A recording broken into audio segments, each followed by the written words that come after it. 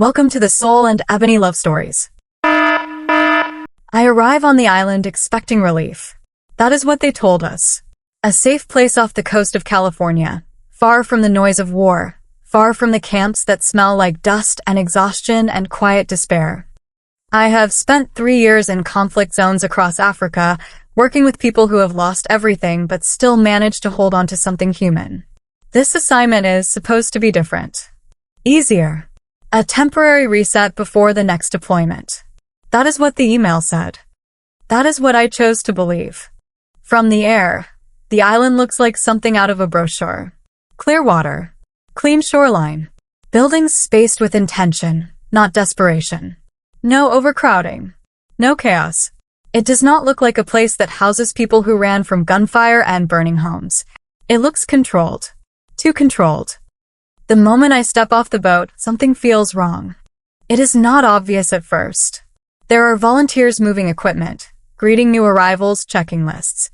Everything looks organized, efficient, almost impressive.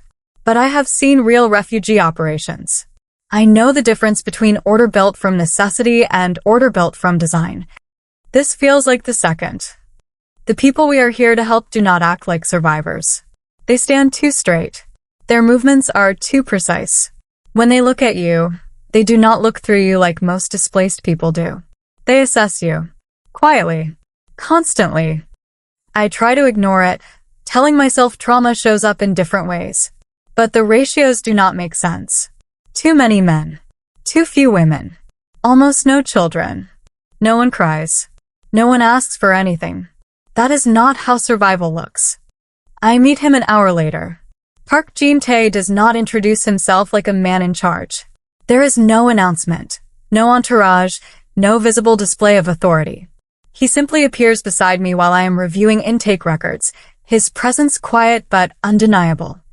When I look up, I know immediately that he is not part of any NGO I have ever worked with. His posture is relaxed, but nothing about him is soft. His eyes do not scan the room. They lock onto details, onto people, onto me. He thanks me for coming, his voice calm, almost polite, but there is something underneath it that does not belong in a humanitarian setting. It is not arrogance. It is certainty, the kind that does not need validation. I ask him how long the program has been running. He answers without hesitation. Too smoothly, like the answer has been practiced. As he walks away, I feel it again. That quiet pressure in my chest. Instinct. The same one that kept me alive in places where questions could get you killed. I see the crate just before sunset. It is being moved toward a storage facility near the edge of the compound. Marked as medical supplies. Standard labeling. Nothing unusual unless you have unpacked enough shipments to know what medical crates are supposed to weigh. This one is wrong. Too heavy. The workers handling it move like they are carrying something they understand, not something they are guessing about. I wait until the area clears. Then I open it. Inside, there are no bandages. No antibiotics. No relief kits. Just weapons. Clean. Organized. Ready. I close the crate slowly, my hands steady even as my thoughts race. The ocean stretches out beyond the island, endless and quiet, like nothing out there knows what is happening here. This is not a refuge. This is something else entirely. So tell me something. If the place meant to save lives feels exactly like the place where wars begin, would you stay and find out the truth, or would you leave while you still can? He does not confront me immediately. That is the first thing that unsettles me. I expect alarms. Questions. Someone grabbing my arm the moment I step away from that crate. That is how these places usually work when you touch something you are not supposed to. But nothing happens. The island continues moving like a machine that does not notice a loose screw. Volunteers keep unloading supplies. The so-called refugees move in quiet formation. The ocean keeps breathing against the shore like none of this matters. It takes less than an hour for him to find me. I am standing near the edge of the compound, pretending to review inventory logs that I am not actually reading. My mind is still inside that crate. The weight of it. The silence of it. I feel him before I see him. You opened something that was not assigned to you. His voice is calm, almost conversational, but it lands like a statement of fact, not a question. I turn slowly, forcing myself to meet his eyes. There is no anger there. That would have been easier. Anger is predictable. This is not. I was checking supplies, I say. My tone is steady, but I know he hears everything underneath it. He studies me for a moment, not interrupting, not rushing. The kind of patience that comes from someone who does not need answers immediately, because they always get them eventually. And what did you find, he asks. I could lie. I should lie. Instead, I say, not medical equipment. A pause. Just long enough to matter. Something shifts in his expression, subtle but real. Not surprise. Recognition. Then you understand, he says quietly. No, I answer. I do not. That is the first honest thing between us. He looks past me, toward the ocean, like he is measuring something I cannot see. When he speaks again, his voice is lower. This island is not what you think it is. That much is obvious. I expect him to shut the conversation down, to redirect, to remind me of my role and my limits. Instead, he does something I do not expect. He lets me stay. You should be careful where you go, he says. And what you open. It is not a threat. It is something worse. A warning. Then he walks away. I stand there longer than I should, trying to understand what just happened. In every system I have ever worked in, discovery leads to removal. Immediate, clean, efficient. You do not keep liabilities close. You eliminate them. Or you isolate them. He does neither. That night, I do not sleep. The island changes after dark. During the day, everything is controlled, structured to look like aid work. At night, the rhythm shifts. Movements become sharper, quieter.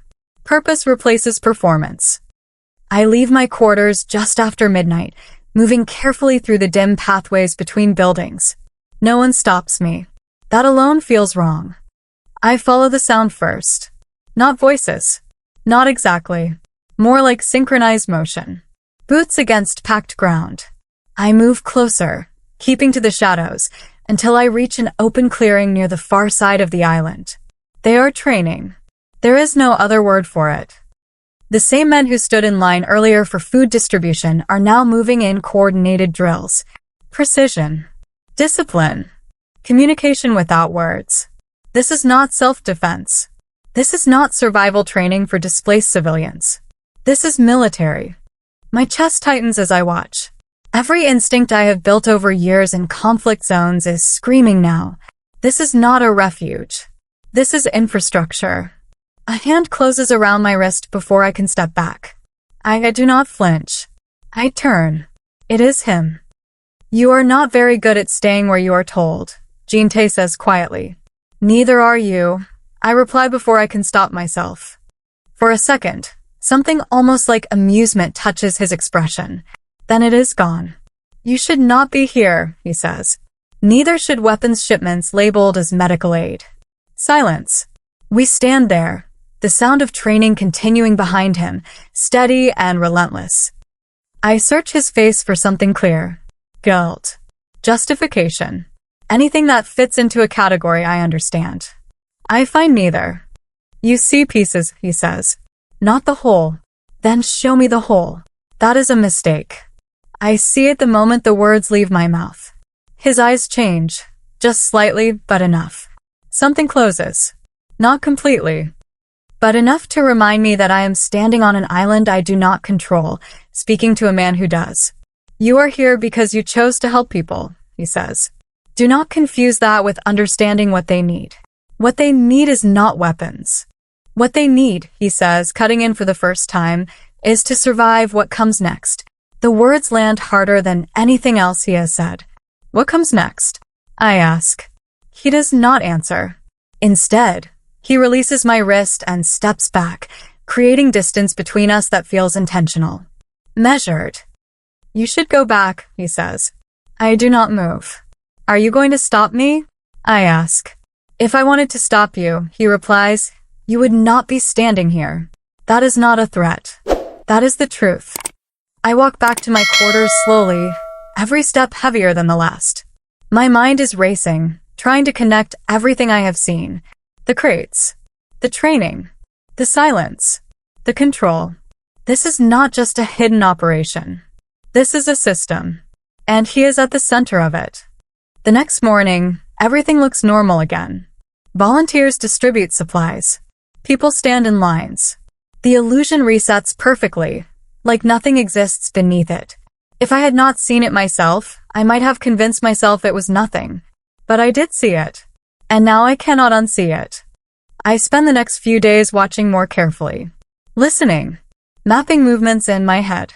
Deliveries arrive at irregular hours, always logged as something harmless. Equipment moves through restricted areas with quiet efficiency. The same men rotate through different roles, never fully visible, never fully hidden. And always somewhere in the background, he is there. Not directing, not commanding, just present. Watching, measuring, waiting. I realize something then that makes my stomach drop. He is not hiding the truth from me. He is letting me find it. That changes everything. Because it means one of two things. Either he does not see me as a threat, or I am already inside something I cannot leave. So I make a decision. If this island is a lie, I am going to find out exactly how deep it goes. Even if that means going against the one person here who seems to know everything. Even if that means I do not make it off this island at all. Because one thing is clear now. This place was never meant to save people. It was built for something else. And I am already too far inside to pretend I do not see it. I do not rush after that night. That would be the easiest mistake to make. Fear pushes people into action before they understand what they are walking into. I have seen it before in conflict zones. Someone finds a piece of truth and runs with it, thinking exposure equals safety. It never does. Not when the system is bigger than you. Not when you do not know who controls the exits. So I slow down. I watch. I map the island the way I used to map supply routes in war zones, not by what is visible, but by what repeats. Patterns always tell the truth when people do not. Deliveries come in at uneven hours, always logged as humanitarian aid, always processed through the same secured storage units. The same men rotate through roles, sometimes appearing as refugees, sometimes as handlers, sometimes disappearing entirely for hours at a time. No one questions it. Or maybe they do, but they do not ask out loud. Communication is controlled. I try to send a message out through the NGO channel 2 days later. A simple report. Nothing direct. Just enough coded language to trigger a review. It never leaves the island. I know that because the system confirms submission, but there is no outbound signal. No acknowledgement. No delay. Just silence. That is when it becomes real. This is not just a hidden operation. This is a closed system. I start testing boundaries after that. Small things. Moving into restricted areas during shift changes. Watching who notices. Who reacts. The answer is always the same. No one stops me immediately. They let me move just far enough to feel like I have space. Then someone appears. Not aggressive. Not loud. Just present. Redirecting me with quiet authority. And every time he is somewhere nearby. Not intervening. Observing. It takes me longer than I want to admit to understand what that means. I am not being ignored. I am being allowed. The realization sits heavy in my chest. 3 nights later, I push too far. There is a storage facility near the northern edge of the island that I have not been able to access. It is guarded differently. Not visibly armed, but controlled through access points that require layered clearance. That makes it important. Or dangerous. Usually both. I wait until the shift rotation changes, timing it down to the minute. The guard at the secondary door steps away for exactly 40 seconds during handover. That is my window. I slip inside before the next check resets the system. The air inside is colder. Not just temperature. Controlled. Industrial. Rows of crates line the space, stacked with precision. No labels this time. No attempt to disguise what is here. I move deeper, my pulse steady but sharp, every sense alert. Then I see it. Not just weapons. Money. Stacks of it. Bundled. Organized. Tagged by region. By route. by transaction codes that look nothing like aid distribution. This is movement on a scale I have never seen up close. Not chaotic, not desperate, structured. Next to it, a digital terminal. I do not hesitate. I access it. The system is not designed for someone like me, but I know enough to navigate quickly. Transaction logs, shipment records, coordinates, names that are not names, just identifiers. But the pattern is clear. This island is not just receiving, it is dispatching, funding operations across multiple locations. Weapons out, money in, then redistributed again. A hub, a central node in something global. My hands move faster as I copy what I can onto a secured drive. This is the kind of evidence that does not just expose one operation. It connects everything. That is when the lights shift. Subtle. Almost nothing. But enough. I stop. The door behind me closes. I do not hear it. I feel it. I turn slowly. They are already there. 3 of them. The same men I watched training at night. No confusion in their eyes now. No pretense of displacement. Just focus. One of them steps forward. You should not be here, he says. I almost laugh. I have heard that too many times on this island. I do not resist when they take the drive from my hand. Resistance would be pointless. I calculate distances. Angles. There is no way out of this room without going through them. So I stand still. They do not hurt me. That is the part that surprises me most. They escort me out, not like a threat, but like a problem being moved to someone else. Controlled. Efficient. Silent. They take me to him. Jean Tay is waiting. Of course he is. He stands near the shoreline this time, the ocean stretching behind him like an endless boundary that does not belong to me. The wind moves lightly, but nothing about him shifts. They leave us alone. That is deliberate. He does not ask what I was doing. He already knows. You keep choosing the wrong doors, he says. I hold his gaze. You keep leaving them open. A pause. Not tension. Something else. You access the core, he says. Yes.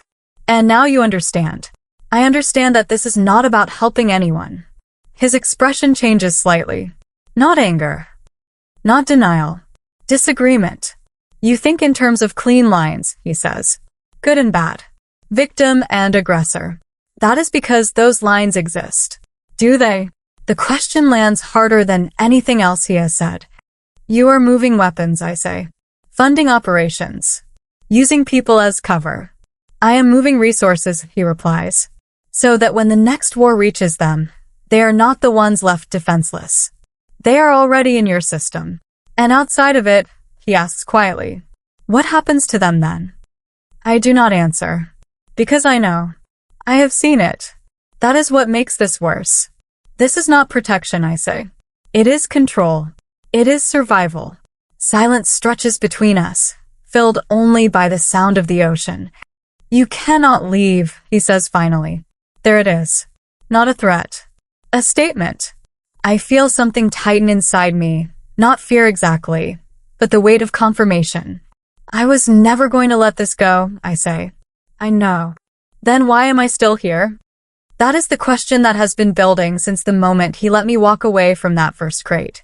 He looks at me for a long moment. Long enough that I start to feel something shift that I do not want to name. Because you are not wrong, he says. The answer hits harder than anything else. Before I can respond, footsteps approach. More of them this time. Not quiet. Not controlled. Different energy. Urgent. One of the men steps forward, speaking quickly in a language I do not fully understand, but I catch enough. Breach. Access. Exposure. Their eyes move to me. Everything changes in that moment. The calculation disappears. I am no longer a variable. I am a liability. Hands grab my arms tighter this time. Not controlled. Decisive. I look at him. Jean Tay does not move. For a second, I think this is it. That whatever hesitation he had is gone. That I have crossed the final line. They pull me away from him, toward the center of the compound, where the lights are already shifting, drawing people in. Not for safety. For something else.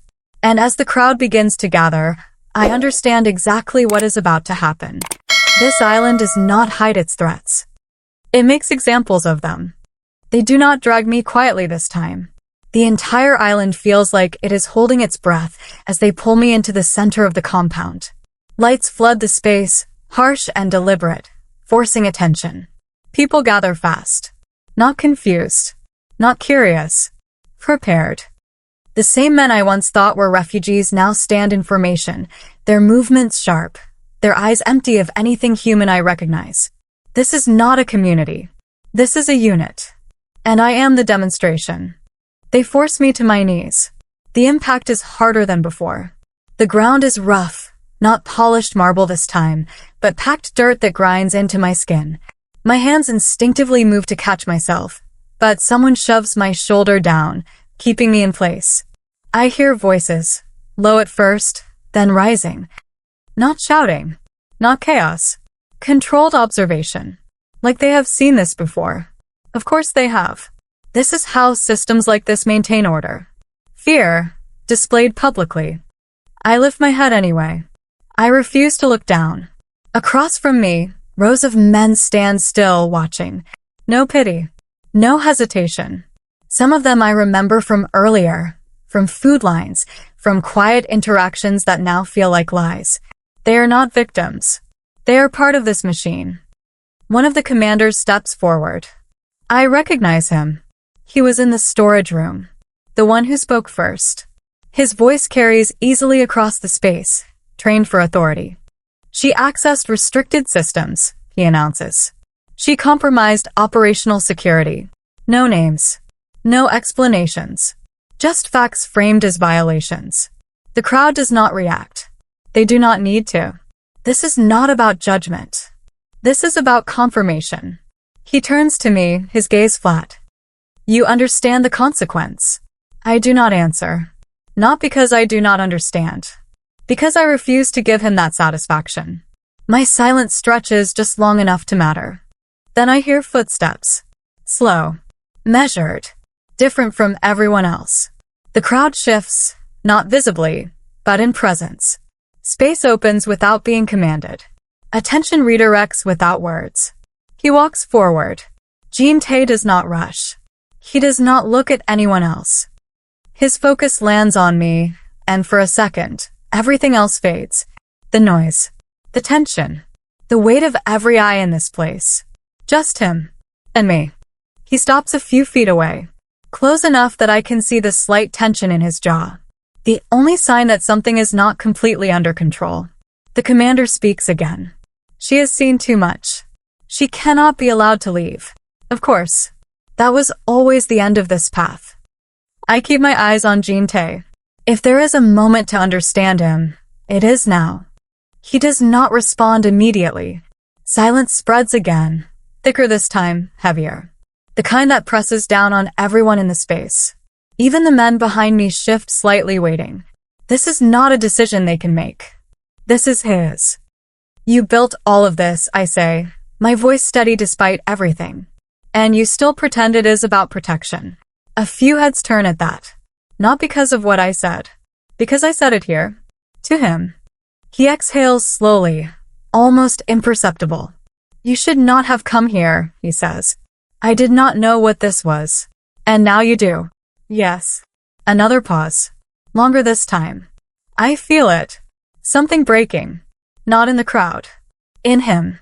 The commander steps forward again, impatience slipping into his voice. We cannot delay. This is a risk to all operations. That is when it happens. Jean-Tay moves. Not fast. Not dramatic.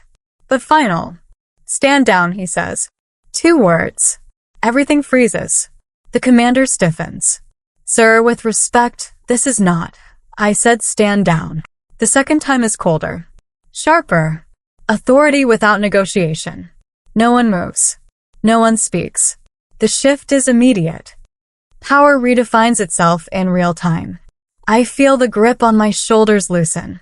Not completely, but enough. The commander looks at him, something like disbelief flashing across his face. You are choosing her over the network? No, Jean-Tay replies. I am choosing the truth over the illusion that this can continue. That lands differently. Not just on them. On me. He turns, addressing the entire group now, his voice carrying across the compound without effort. This system is already compromised, he says. Every transaction. Every shipment. Recorded. A ripple moves through the crowd. Confusion. Then realization. You think you are operating in secrecy, he continues. But everything you have built here has already been mapped. Tracked. Stored. The commander's expression hardens. That is not possible. Jean-Tay looks at him.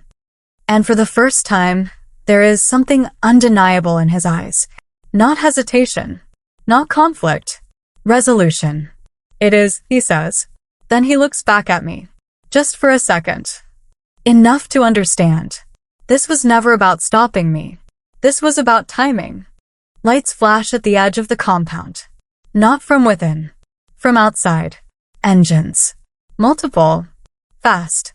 The sound cuts through the island like a blade. The crowd shifts, breaking formation for the first time since I arrived. Not panic. Not yet. But uncertainty. The kind that spreads fast when control slips. They are here, Jean-Tay says quietly. No one asks who. They all know. The commander turns, issuing orders, but they come too late. The perimeter is already breached. I can hear it now. Boots. Voices. Commands that do not belong to this island. External. Authority. Real authority. Everything fractures at once. Some of the men move to defend. Others hesitate. The illusion collapses completely, revealing what was always underneath. A war zone. Just smaller. Closer. Contained. Until now. I push myself up from the ground, my legs unsteady but holding. No one stops me. No one even looks at me anymore. I am no longer the focus. The system is. Jean-Tay stands still in the center of it all. Calm. Unmoving. Like he has already accepted what comes next. I step closer to him, close enough that my voice does not have to carry. You planned this, I say. Yes. From the beginning? A brief pause. From the moment I knew it could not be contained. Around us, the island erupts into controlled chaos. Orders clash. Weapons are drawn. The sound of helicopters cuts through the sky above, sealing the last exits. You turned your own network into evidence, I say. I turned it into an ending.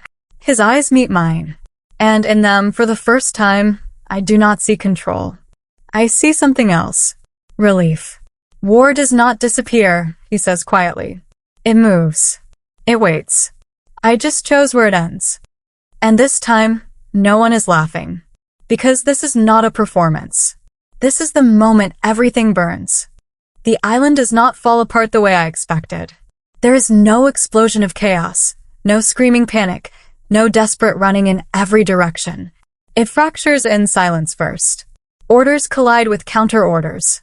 Weapons are raised, then lowered, then raised again. The men who once moved like a single organism now hesitate, their certainty cracking under the weight of something they cannot control anymore. The illusion is gone, and without it, they are just individuals standing in the middle of a system that no longer protects them. I stand there, breathing harder than I realize, watching it all unravel. For the first time since I arrived, no one is watching me. They are watching him. Jean-Tay does not move. Even as the first external units secure the perimeter, even as commands are shouted in voices that carry real authority, he remains exactly where he was. Not resisting. Not escaping. Just standing there like a man who has already made peace with the end of something he built with his own hands. I step closer without thinking. You knew this would happen, I say. Yes. No hesitation. No regret in his voice. Just acceptance. You could have disappeared, I say. You had the resources. The network. You could have walked away. And leave it to continue somewhere else? He asks quietly. I do not answer. Because I understand. That is the part that unsettles me the most. Around us, the island is being taken piece by piece. Crates are opened. Weapons catalogued. Men restrained. The same structures that once operated in secrecy are now exposed under harsh, undeniable light. There is no hiding from it anymore. No rewriting what this place was. They will take everything, I say. They should. I look at him then, really look at him, not as the man who controlled this island, not as the architect of something dangerous, but as someone who has been carrying a war long after it should have ended. You do not see yourself as the villain, I say. No, he replies. But I know what I became. That honesty hits harder than anything else. For a moment, neither of us speaks. The sound of helicopters above, boots on gravel, distant commands, it all fades into something background, like the ocean did on my first day here. The world keeps moving, but this moment feels separate from it. You protected me, I say finally. I delayed the inevitable, he corrects. That is not the same thing. He does not respond to that. Instead, he looks out toward the water, the same way he did the first day I saw him. Like he is measuring something beyond what is visible. You should leave when they process you, he says. This is not your war. I almost laugh at that. It became my war the moment I stayed. A faint shift in his expression. Not quite a smile. Something quieter. Then you made the same mistake I did, he says. Or the same choice. That lingers between us. Then they come for him. Not aggressively. Not violently. Just firmly. The way you approach someone you know will not run. He does not resist when they take his hands, when they guide him away from the center of what used to be his world. He does not look back at the island. But he looks at me. Just once. There is no apology in his eyes. No request for understanding. Just something steady. Something that feels like trust built in the worst possible place. Then he is gone. Weeks later, I stand on the mainland, watching the ocean from a distance that feels unreal. The island is no longer accessible. Seized. Classified. Reduced to reports and evidence and quiet discussions behind closed doors. People will talk about it in fragments. A scandal. A dismantled network. A necessary operation. They will never understand what it felt like to stand in the middle of it. I close my eyes for a second, letting the sound of the waves settle something inside me. That place was never safe. But it was real. And so was he. So let me ask you something. If someone builds a system out of violence, then chooses to destroy it before it spreads further, do they deserve to be judged only by what they created, or also by what they chose to end? If this story stayed with you, then maybe you understand what I still struggle with. Not every war ends with a clear line between right and wrong. Sometimes, the most dangerous people are the ones who think they are protecting something. And sometimes, the only way to stop a system is to burn it down from the inside. So tell me honestly, what do you think? Was he a villain who deserved to fall, or a man who chose the only ending he had left? Drop your thoughts in the comments. And if you want more stories that hit this deep, take a second to like and subscribe, because the next story might change the way you see everything.